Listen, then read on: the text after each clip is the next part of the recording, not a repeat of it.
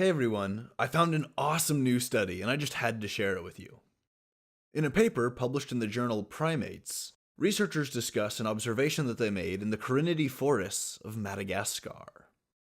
The researchers were doing field work when they saw a group of red-fronted lemurs chewing on some millipedes, and then doing something rather curious. After chewing up the millipedes for a little bit, they rubbed them on their anus. The lead researcher, Louise Pecker, saw this and immediately wondered, why? Why are they doing that?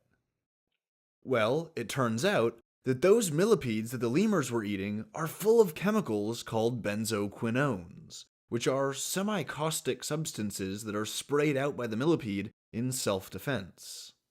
The benzoquinones can blind and burn predators, stinging the soft tissue around the eyes and nose. In addition to being a kind of predator repellent, benzoquinones are also insect repellents.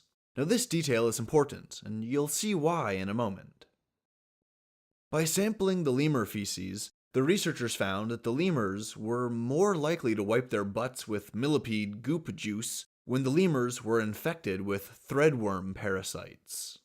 Threadworm parasites are really gross. When the host is asleep, the threadworms will creep out of the anus and lay their eggs in the soft tissue around the orifice.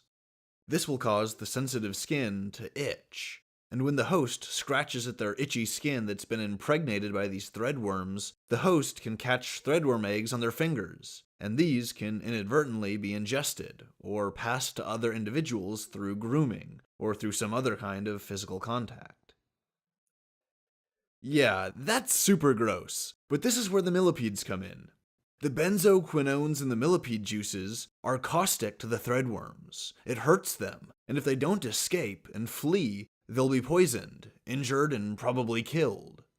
So in essence, the lemurs are using the millipedes as a kind of anti-helminth cream, like a topical cream or a medical cream that they use to fight off their intestinal parasites. The lemurs will also eat the millipedes, which then applies the benzoquinones to any threadworms that are residing inside their guts, so they hit them from both ends, the inside and the outside. The researchers propose that this behavior of wiping millipede juices on their butt and then swallowing the leftovers is a form of self-medication, which uses natural substances found in the wilderness around them, as if they were pharmaceutical drugs. Now this is really interesting and really awesome, even though it's not the first time that this kind of thing has been observed in nature.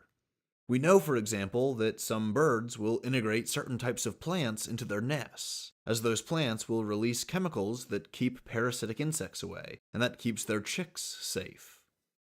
Pregnant elephants will also tap into nature's pharmacology by consuming specific leaves that help them induce labor and give birth.